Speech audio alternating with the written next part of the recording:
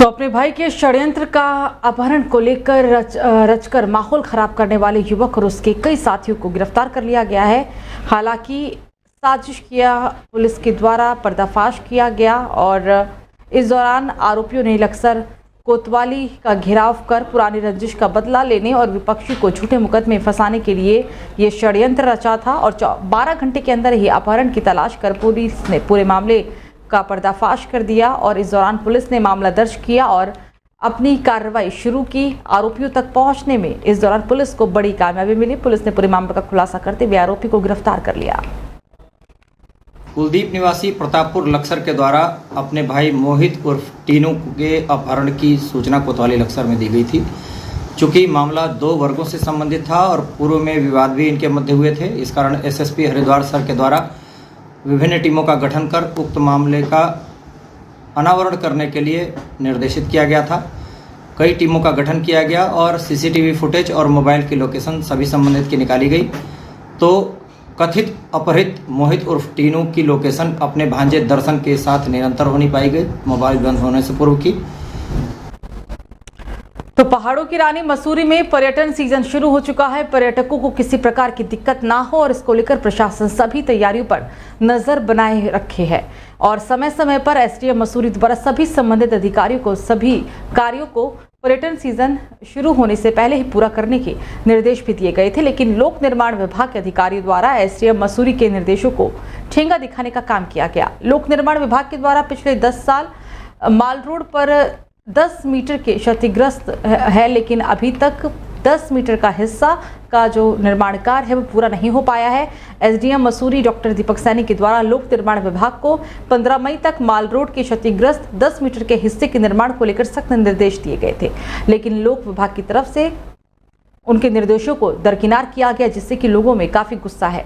मसूरी के पूर्व पालिका अध्यक्ष ओपी उनियाल, उपेंद्र थपलियाल, रविंद्र सिंह ने कहा है कि ये दुर्भाग्य की बात है कि एसडीएम मसूरी के निर्देश के बाद भी लोक निर्माण विभाग के अधिकारी माल रोड की 10 मीटर की सड़क का निर्माण नहीं कर पा रहा है। उन्होंने कहा कि लोक निर्माण विभाग के द्वारा लोहे के गाटर को खड़े कर दिए गए हैं, लेकिन सड़क कब बनेगी ये भगवान भरोसे है। लग रहा है कहीं ना कहीं पीडब्ल्यूडी किस दबाव में है, क्यों काम नहीं करना चाह रही। मैं तो ये नहीं कहूँगा, अगर काम सीखना है, काम देखना है, LBS एकेडमी जाइए, वहाँ देखिए कि इंजीनियर किस तरीके से काम करते हैं, कितना सफाई से और कितनी जल्दी वहाँ पर काम हो रहा है। ये आज पूरा 1.25 साल होने जा रहा है। अधिकारियों के द्वारा भी, उच्च अधिकारियों के द्वारा भी, एसडीएम मसूरी के द्वारा भी कई बार इन लोगों को कह दिया गया है, बस सिर्फ आएंगे, फाइल अपने हाथ में लेकर आएंगे, एक राउंड मारेंगे और यहाँ से लेकर वहाँ चले जाएंगे, दूसरी तरफ से निकल जाएंगे। मेरी समझ में नहीं आता कि आखिर ऐसा क्या ये एफिल टावर बना रहे थे क्या, कि जिस तरीके का ये यहाँ पर इन्होंने ये बना हुआ है, कितनी जाम से यहाँ पर रात को जूझना पड़ता है। तो थाना पिरान कलियर इमली खेड़ा चौकी क्षेत्र में एनएच की आड़ में सड़कों पर बेलगाम दौड़ते अब ओवरलोड मिट्टी से भरे डंपर नजर आते हैं और इन खनन माफियाओं के द्वारा शासन प्रशासन की आंखों में धूल झोंककर रात दिन मिट्टी से भरे ओवरलोड डंपरों को सड़कों पर दौड़ाया जाता है, जिससे कि 2 पहिया वाहनों का सड़कों पर चलना खतरे से खाली नहीं है और इन डंपरों में भरी ओवरलोड मिट्टी हवा के झोंकों में 2 पहिया वाहन चालकों की आंखों में गिरती है, जिससे किसी भी वक्त कोई भी बड़ा हादसा हो सकता है। हालांकि पहले भी कई हादसे डंपरों द्वारा हो चुके हैं, लेकिन विभाग इन खनन माफियाओं पर कार्रवाई करने में क्यों कतरा रहा है, या ये कहें कि मिलीभगत होने के कारण इन ओवरलोड डंपरों पर कार्रवाई नहीं हो पा रही है। और इतना ही नहीं, इन खनन माफियाओं के द्वारा पुलिस की आंखों में धूल झोंककर इमली खेड़ा चौकी के सामने से ही डंपरों में ओवरलोड मिट्टी भरकर खुलेआम सड़कों पर दौड़ाते हुए नजर आते हैं, जिससे कि क्षेत्रीय लोगों को डर सता रहा है।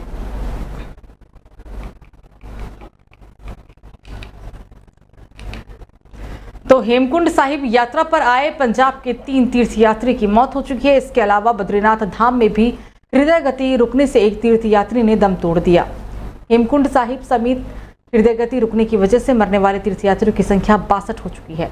जानकारी के अनुसार बीते शनिवार को पंजाब के माछीवाड़ा निवासी कुलवंत को अटलाकोटी हिमखंड और लुधियाना निवासी जसवेंद्र सिंह को रामझुंगी के पास सीने में तेज दर्द की शिकायत के बाद घांगरिया चिकित्सालय पहुंचाया गया, जहां चिकित्सकों ने उन्हें मृत घोषित कर दिया। हेमकुंड साहिब के बेस कैंप घांगरिया में ठहरे पंजाब के रुस्तमगढ़ निवासी सुरजीत सिंह को अपने कमरे में वो मृत पाए गए। मौत की वजह हालांकि हृदय गति रुकना ही बताया गया। स्वजन के साथ बद्रीनाथ दर्शन को पहुंचे अटाली निवासी कैलाश हरिश्चंद्रा भी, उन्हें भी सीने में दर्द उठा और उसके बाद उन्होंने भी दम तोड़ दिया।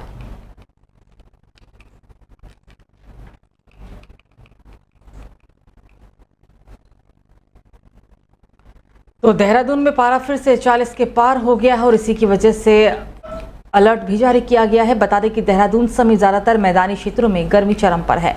पारा फिर से 40 डिग्री सेल्सियस के पार पहुंच गया है, जिससे कि जनजीवन प्रभावित हो रहा है। दिन में चटक धूप के बीच लू के थपेड़े बेहाल कर रहे हैं। हालांकि पर्वतीय क्षेत्रों में सुबह शाम मौसम सुहावना जरूर है। देहरादून में न्यूनतम और अधिकतम तापमान सामान्य से 5 डिग्री सेल्सियस ज्यादा है। विभाग के अगले कुछ दिन पर्वतीय क्षेत्रों में आंशिक बादलों के बीच हल्की वर्षा की संभावना भी जताई गई है। हालांकि मैदानी क्षेत्रों में गर्मी का प्रकोप जारी रह सकता है।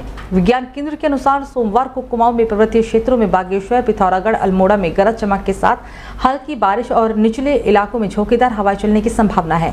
गढ़वाल की बात की जाए तो यहां पर चारधाम समेत आसपास के ऊंचाई वाले क्षेत्रों में भी हल्की बारिश के आसार है।